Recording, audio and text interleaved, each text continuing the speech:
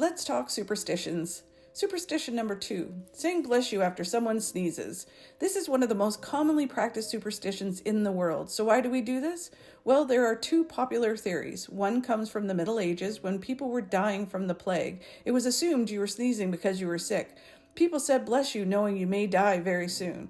The other came from ancient Rome. It was believed when you sneezed, you could eject your soul from your body, allowing evil to possibly possess you. So blessing someone blocked any evil spirits from entering the person's body. There is also one other theory that comes from the myth that your heart stops when you sneeze. So again, people say bless you just in case your heart stops. No matter where it comes from, I always say it, as it is a kind thing to do. And hey, if you block evil from possessing someone, that's a plus.